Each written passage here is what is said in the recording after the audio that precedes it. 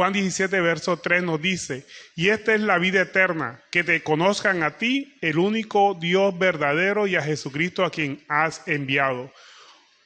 Aquí nos muestra la palabra de Dios que Dios lo que quiere es que lo conozcamos para que podamos seguirle, para que podamos apreciarlo, para que podamos entender qué es lo que Él quiere con nosotros.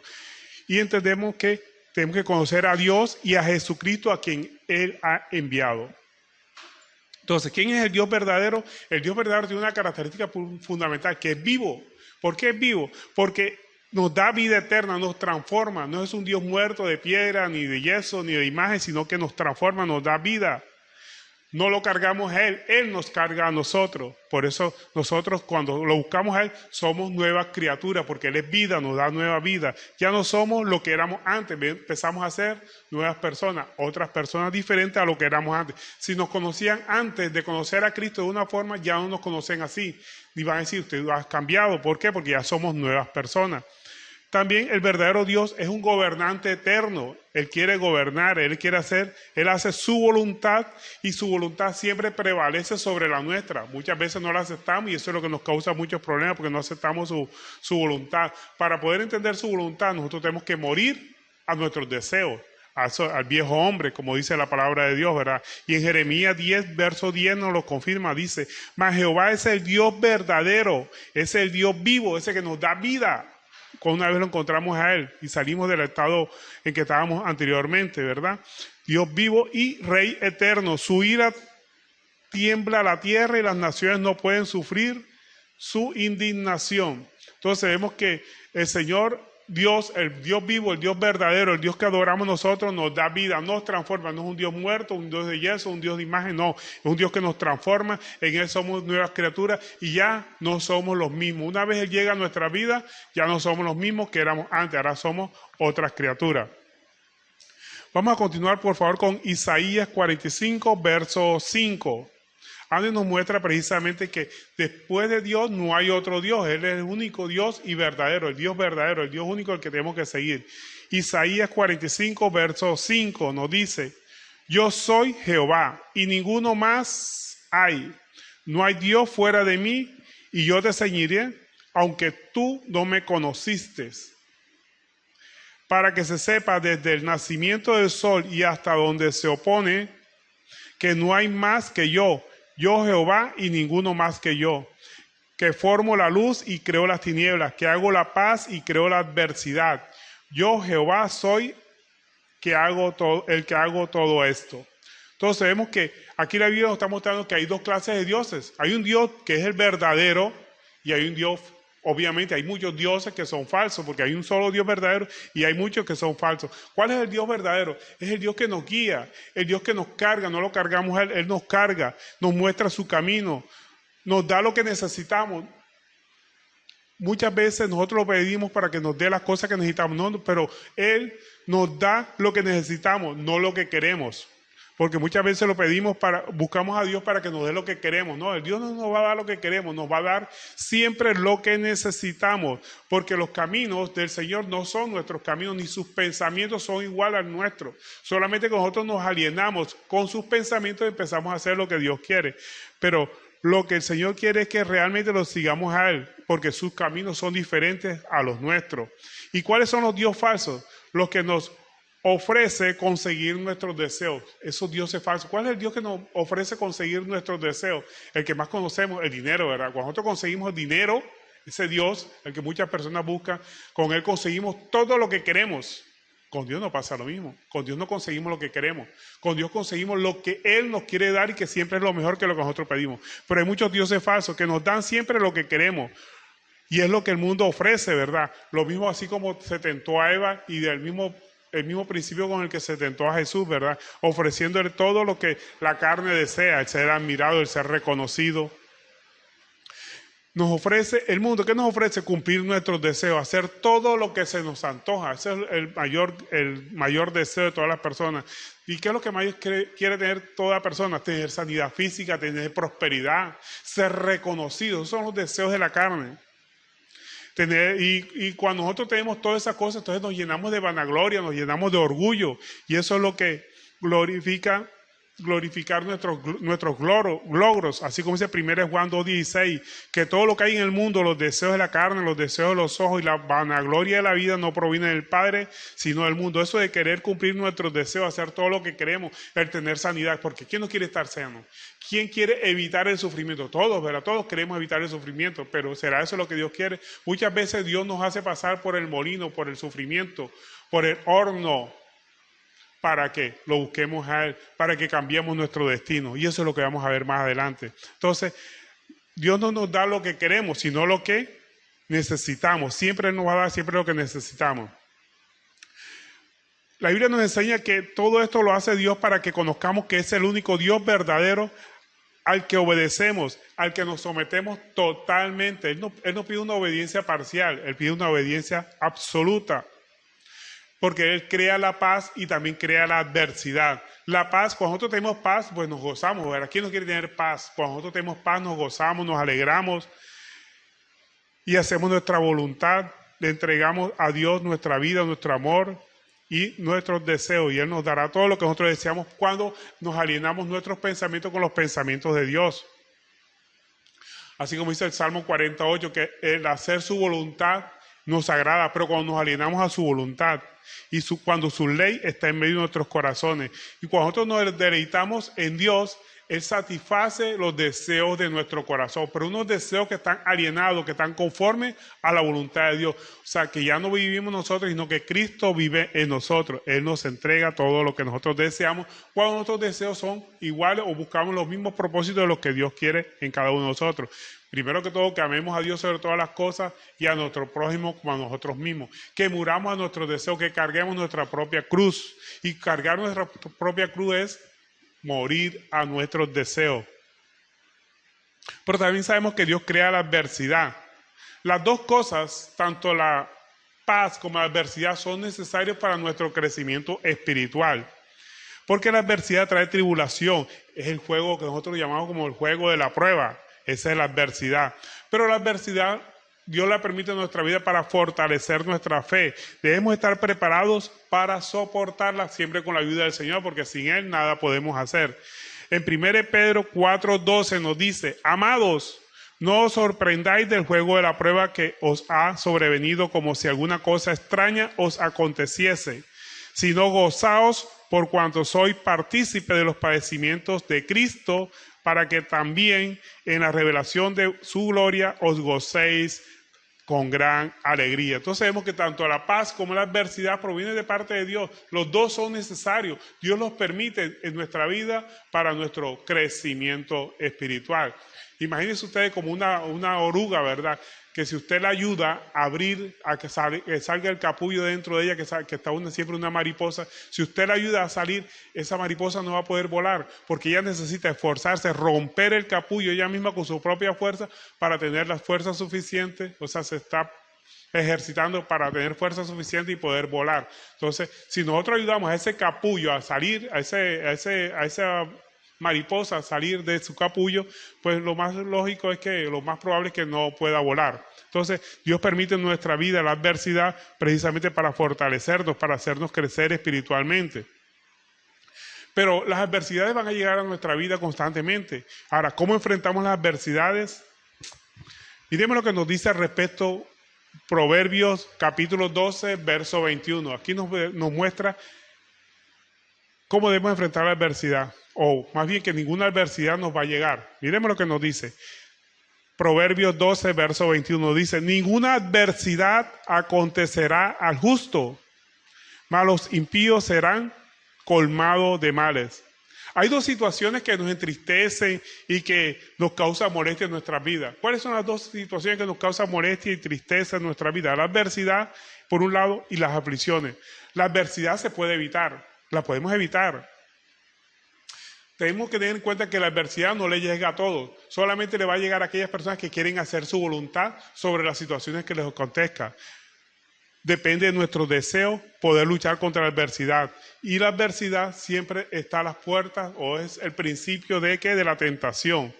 Como dice Santiago 1:13, dice: cuando alguno es tentado, no diga que es tentado por parte de Dios, porque Dios no puede ser tentado por el mal, ni él tienta a nadie, sino que cada uno es tentado cuando de su propia concupiscencia es atraído y seducido. O sea, nuestros propios deseos de salir adelante en adversidad es la que nos lleva a pecar, a la tentación. Esa tentación nos puede llevar a pecar. Pero la situación que también nos puede causar molestias son las aflicciones. Las aflicciones no se pueden evitar, las aflicciones llegarán. Nuestro Señor Jesucristo lo advirtió, ¿verdad? Él dijo, en el mundo tendréis aflicciones. O sea, a todos nos van a llegar. Dependen de la voluntad de Dios. Son pruebas que causan gozo en el cristiano. Parece contradictorio, ¿verdad? Una prueba, un malestar que no podemos evitar, nos va a causar gozo, pues eso es lo que nos dice la palabra de Dios. En Santiago 1:2 nos dice, hermanos míos, tened por sumo gozo cuando os halléis en diversas pruebas. ¿Cómo podemos llegar a nosotros a tener gozo en las pruebas? Bueno, eso es lo que vamos a ver ahora. Hermanos míos, tened por sumo gozo cuando os halléis en diversas pruebas, sabiendo que la prueba de vuestra fe produce paciencia. Por aquí está el camino. Las pruebas, las aflicciones que Dios permite en nuestra vida nos llevan a conseguir o a adquirir paciencia. Entonces son permitidas por Dios. O sea, todo tiene un objetivo dentro del proceso de Dios. Pero esas aflicciones se pueden convertir en adversidad. ¿Por qué se pueden convertir en adversidad? Cuando seguimos a nuestros propios dioses, los dioses que teníamos anteriormente. ¿Cuáles eran nuestros propios dioses? No querer sufrir, ¿verdad? O querer tener dinero para hacer lo que a nosotros nos plazca, querer satisfacer nuestros propios deseos. Entonces, cuando nosotros tenemos aflicciones y no entendemos el propósito de Dios, esa aflicción se convierte en adversidad. Por eso en Lucas 14:26 el Señor nos advierte. Él dice, si alguno viene a mí y no aborrece a su padre, a su madre, a su mujer, e hijos y hermanos y hermanas, y aún su propia vida, no puede ser mi discípulo. O sea, no aborrece sus deseos. Tenemos que aborrecer nuestros deseos. Y cuando dice aborrecer a la familia, no quiere decir aborrecerla en el término literal, sino amarla menos. Dios quiere tener el primer lugar siempre en nuestra vida. Tenemos que amar más a Dios sobre todas las cosas. Y si nosotros amamos más a Dios sobre todas las cosas, cuando llegue la aflicción de una pérdida de un familiar o una enfermedad de un familiar, pues no vamos a sufrir tanto porque amamos a Dios sobre todas las cosas, más que a todas las cosas, ¿verdad? Y entonces vamos a entender el propósito de Dios, que todo lo que sucede en nuestra vida tiene un propósito. Y el verso 27 del capítulo 14 de Lucas nos sigue diciendo, y el que no lleva su cruz, o sea, soportar esa aflicción, y viene en pos de mí, no puede ser mi discípulo. ¿Y cómo soportamos la aflicción? Entendiendo que todo tiene un propósito.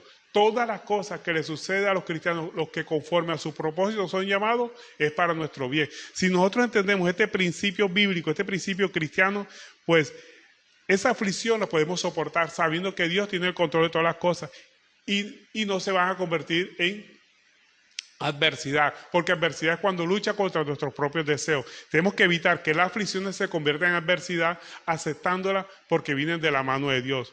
Entonces tenemos que entender que las aflicciones siempre van a venir a nuestra vida, van a estar a las puertas siempre. ¿Y qué tenemos que hacer nosotros en la aflicción? El hombre bueno que hace en la aflicción se goza. La aflicción es parte del plan de Dios. Si nosotros no nos gozamos de la aflicción, se va a convertir obviamente en una adversidad. Pero nosotros tenemos que gozarnos en la aflicción, sabiendo que todo es el propósito de Dios. Porque de lo contrario llegamos a la adversidad. Tenemos que hacer lo que algunos psicólogos llaman como resiliencia, que es la capacidad de adaptación de nosotros, de todas las personas. Tenemos que adaptarnos a los cambios que suceden en nuestra vida. La resiliencia, esa capacidad de adaptarse que tenemos todos los seres humanos y que tenemos que esforzarnos a cumplirlos. ¿Cómo llegamos a esa resiliencia? A través de la palabra de Dios. En Romanos 5:3 nos dice, y no solo esto, sino que también nos gloriamos en las tribulaciones, sabiendo que la tribulación produce paciencia. Entonces, a través de la palabra de Dios, a través de la promesa que nos da la palabra de Dios, adquirimos resiliencia, que es esa capacidad de adaptarnos que tenemos los cristianos con base en la promesa, en la palabra de Dios. Y no solamente tenemos las promesas de Dios, sino que tenemos el Espíritu Santo de Dios que nos fortalece en esos momentos de aflicción por lo que estamos pasando, porque Dios no va a permitir que nos lleguen aflicciones más allá de las que podamos soportar. Y de todas formas tenemos el Espíritu Santo y es la palabra de Dios que nos fortalece en todo momento para seguir adelante. Porque todas las cosas que nos sucedan conforme a su propósito, hemos sido llamados, pues es para nuestro bien. El Señor no nos va a dejar solos. ¿Y qué pasa cuando esa aflicción, nosotros empezamos a desesperarnos? La misma palabra de Dios nos da el consejo que tenemos que hacer nosotros. En Filipenses 4:6 nos dice, por nada estéis afanosos. O sea, cuando viene ese afán producto de la aflicción, pues aquí nos dice que tenemos que hacer. Dice, por nada estéis afanosos, sino sean conocidas vuestras peticiones delante de Dios en toda oración y ruego con acción de gracia. Y la paz de Dios, que viene en medio de la aflicción, y la paz de Dios, que sobrepasa todo entendimiento, guardará vuestros corazones, vuestros pensamientos en Cristo Jesús. Fíjese usted que la palabra de Dios nos dice que no nos va a quitar la aflicción, pero sí va a evitar que lleguemos a la adversidad, aceptando la situación por la que estemos pasando, porque sabemos que si nosotros presentamos todas nuestras peticiones delante de Dios en oración y ruego y dándole gracias, agradeciendo al Señor por el estado en que nos encontramos. Fíjese usted que eso es contrario a lo que el mundo piensa, ¿verdad? Porque ¿cómo vamos a agradecer en un momento de aflicción? Pues la Biblia nos dice que la única forma de salir de la aflicción es dando acción de gracia. Y la paz de Dios, que sobrepasa todo entendimiento, cuando empezamos a hacer acción de gracia y llevando nuestras aflicciones, llevando precisamente nuestras peticiones delante de Dios con toda oración y ruego, la paz de Dios que sobrepasa todo entendimiento inundará nuestros corazones y nos dará la fortaleza para seguir adelante. Esperando en Dios tendremos nueva fuerza. Eso es lo que tenemos que hacer nosotros en el momento de la aflicción, esperar en Dios, como dice Isaías 10:12. Así que el que piensa estar firme, mire que no caiga. No nos ha sobrevenido ninguna tentación que no sea humana, pero fiel es Dios, que no nos dejará ser tentados más de lo que podáis resistir, sino que también dará juntamente con la tentación la salida para que podáis soportar. Entonces Dios nos da también la salida para poder soportar, así que tenemos que esperar siempre en el Señor. Pero ¿qué pasa? Eso pasa la aflicción en el hombre bueno, en el hombre cristiano, en el hombre que acepta la palabra de Dios y que conoce de Dios. Pero el hombre que no conoce de Dios, o sea, el hombre malo, la aflicción se convierte en adversidad cuando no controla sus deseos con base en la palabra. Porque cuando nosotros no podemos controlar nuestros deseos, esa avidez que tenemos nosotros por no sufrir, por no querer pasar por la aflicción, se convierte en ¿qué? En adversidad. Entonces, como no, y eso es obvio porque no reconoce el plan de Dios, ni acepta a Dios que está dentro del propósito de todo lo que nos suceda. Entonces, esa aflicción produce afán, y el afán nos lleva a la tentación, y esa tentación nos termina llevando a algo malo que podamos hacer nosotros, que es la queja, la rebelión, la murmuración. Esas situaciones que podemos terminar nosotros haciendo que desagradan al Señor. La queja desagrada al Señor. El Señor nos quiere la queja. Queremos es que siempre cuando estemos afanosos, cuando estemos en ese estado de desesperación, oremos y llevemos esa petición en manos del Señor, y esa situación por la que estemos pasando la pongamos en manos del Señor con toda oración y ruego y en acción de gracia. Y entonces la paz de Dios que sobrepasa todo entendimiento llenará nuestros corazones. Que no pase como en Éxodo 17, verso 2, cuando el pueblo altercó contra Moisés, ¿verdad? En Éxodo 17:2 nos dice, y altercó el pueblo con Moisés y dijeron, danos agua para que bebamos. Y Moisés les dijo, ¿por qué altercáis conmigo? ¿Por qué tentáis a Dios? O sea, que esa queja que era contra Moisés, pero indirectamente era contra Dios, o directamente era contra Dios, pidiéndole agua. Entonces estaba tentando a Dios. ¿Y qué les pasó a ellos? Y en número 11:1 nos dice, aconteció que el pueblo se quejó a oídos de Jehová, y lo oyó Jehová y ardió en ira. Y se encendió en ellos fuego de Jehová y los consumió en uno de los extremos del campamento. Entonces, la queja desagrada al Señor. Tenemos siempre que aceptar la voluntad del Señor y no actuar en rebelión, como pasó con Coré también, que se rebeló contra Dios y Dios permitió que la tierra se abriera y tragó a todos los de la tribu de Coré. Tampoco la murmuración, murmurar contra los líderes de la iglesia. Eso es un pecado grandísimo contra Dios. Entonces, ¿qué tenemos que hacer cuando nos sobrevenga esa adversidad? ¿Cómo la evitamos? En oración, presentando nuestros deseos y en actitud de agradecimiento. Ya lo habíamos comentado, pero es esencial que lo resaltemos. Que por nada estemos afanosos, sino que sean conocidas vuestras peticiones delante de Dios con toda oración y ruego en acción de gracia, para que la paz de Dios que sobrepasa todo entendimiento inunde vuestros corazones. Entonces, la adversidad cuando llega a nuestra vida es un indicativo que tenemos que hacer cambios. Siempre cuando esa adversidad llega. Entonces, lo importante es que nosotros analicemos qué cambios tenemos que hacer en nuestra vida. Hay dos clases de cambios que nosotros podemos hacer. Un cambio externo, que son cambiar las circunstancias. Por ahí veces que no podemos cambiar las circunstancias. ¿Cómo podemos cambiar las circunstancias? Por ejemplo, estamos pasando en estado de necesidad. Oye, de pronto es que necesitamos meter hoja de vida para conseguir trabajo. Buscar un empleo, ¿verdad? Porque la palabra de Dios nos dice que el que no trabaja, el que no coma.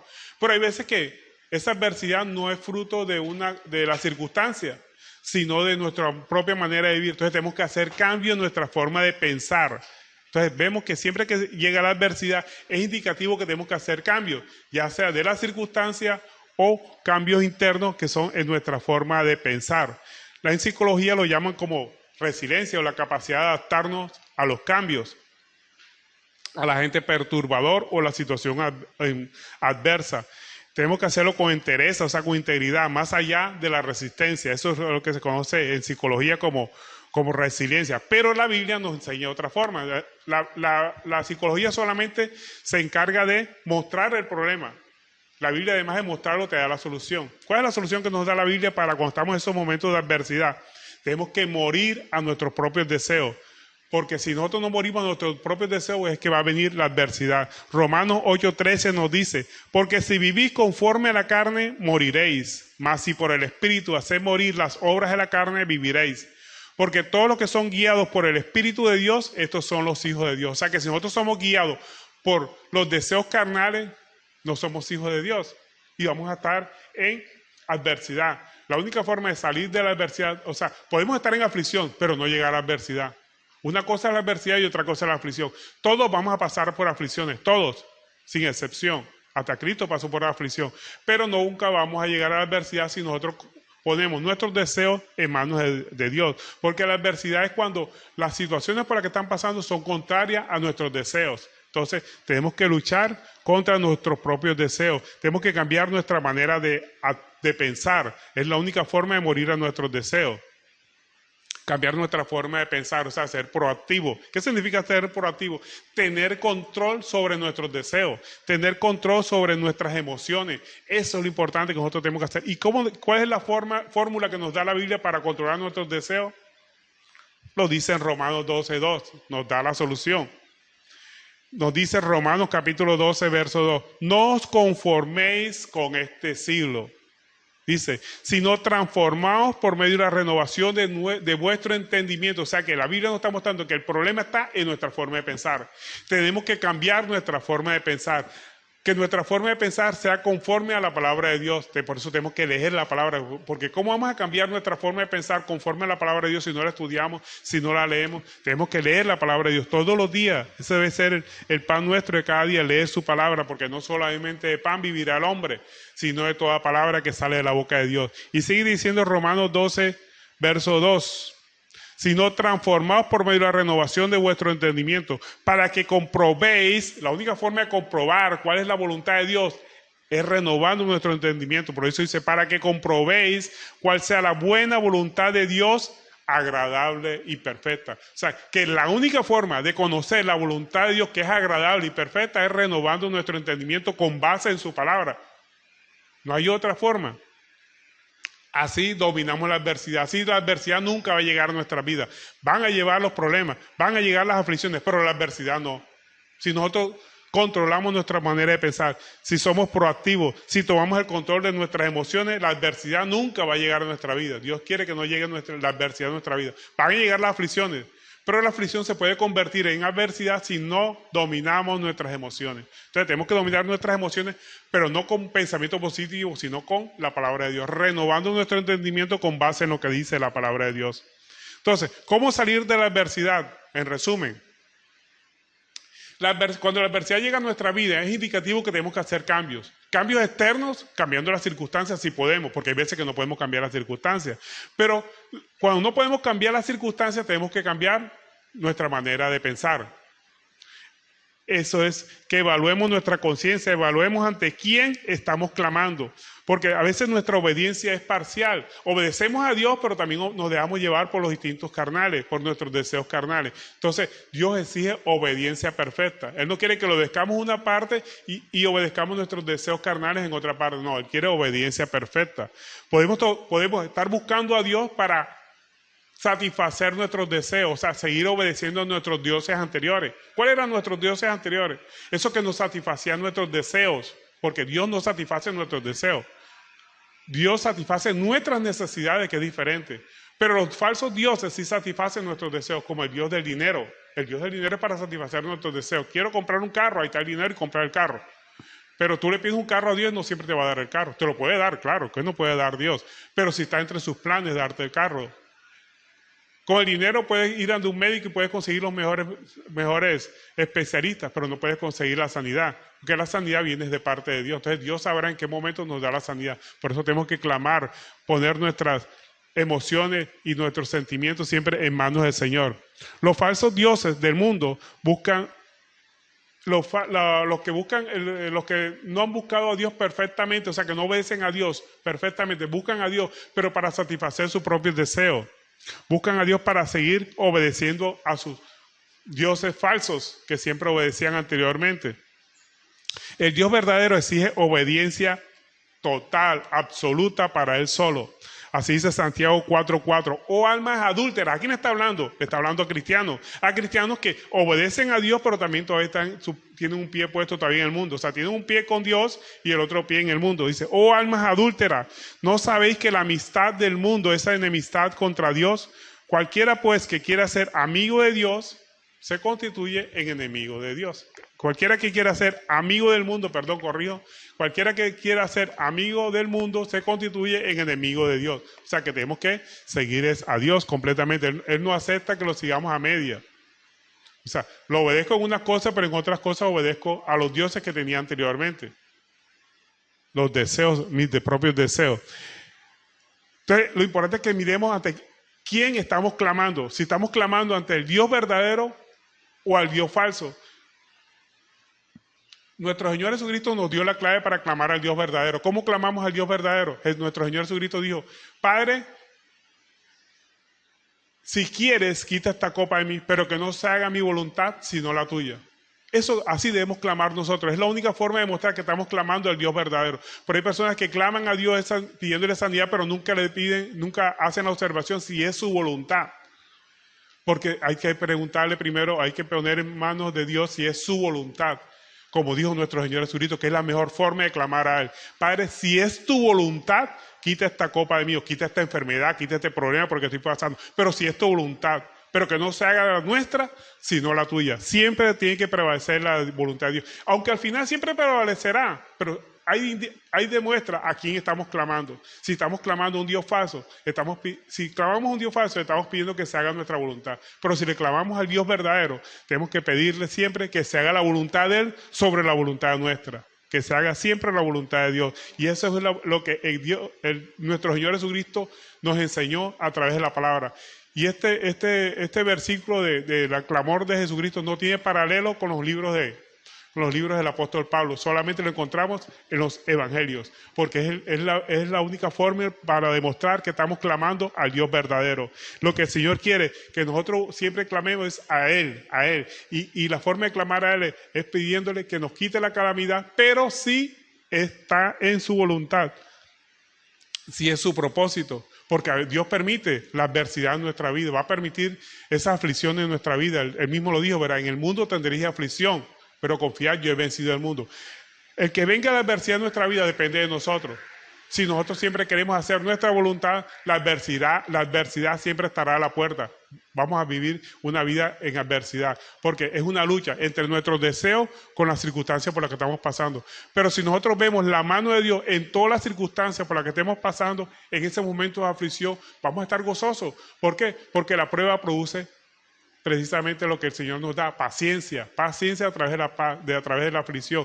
Y si sabemos que la aflicción nos va a producir esa paciencia, pues estamos gozosos porque es Dios actuando en nosotros como un buen padre amoroso, que a pesar de que su hijo lo está regañando, lo está castigando, lo hace con amor para que aprenda a obedecer, para que aprenda a hacer las cosas bien, para que le vaya bien, porque al final lo que el Señor quiere es que nos vaya bien. Dios seguirá siendo Dios, así nosotros lo desobedezcamos, pero Él quiere que nos vaya bien, porque Él nos ama tanto que no quiere que nadie se pierda, por eso nos da su palabra, interviene también en nuestras vidas.